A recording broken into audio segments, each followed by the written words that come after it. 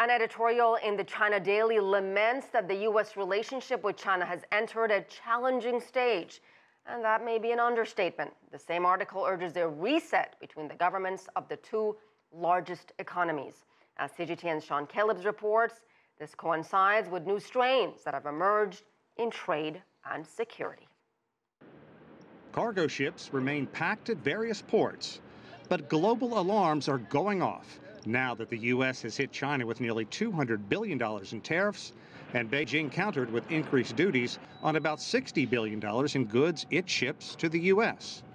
American President Donald Trump called a U.S. news program to say the economic pressure is impacting China and hinted there is more to come. They lived too well for too long, and frankly, I guess they think that the Americans are stupid people. Americans are not stupid people. We were led badly when it came to trade. China has dismissed U.S. allegations that it was American money that, quote, really rebuilt China. But the growing trade war has caused the International Monetary Fund to reduce its global economic growth projection for this year and next. China is again urging a healthier dialogue to hash out trade disputes. We hope that the U.S. could give more thoughts to the immediate interest of the two people and do more and say more to promote China-U.S. relations and people's well-being instead of the contrary. The United States has long accused China of trying to steal trade secrets.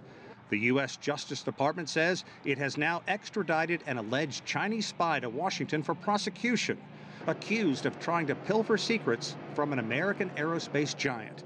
China, for its part, denies it's trying to steal cutting-edge emerging technology. The U.S. accusation is something made out of thin air.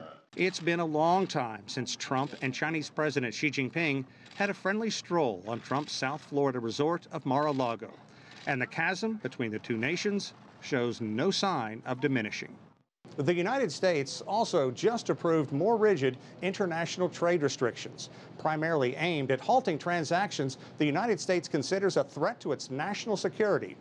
While it affects many nations, the Trump administration says it is primarily aimed at China to keep Beijing from accessing key sensitive U.S. technology.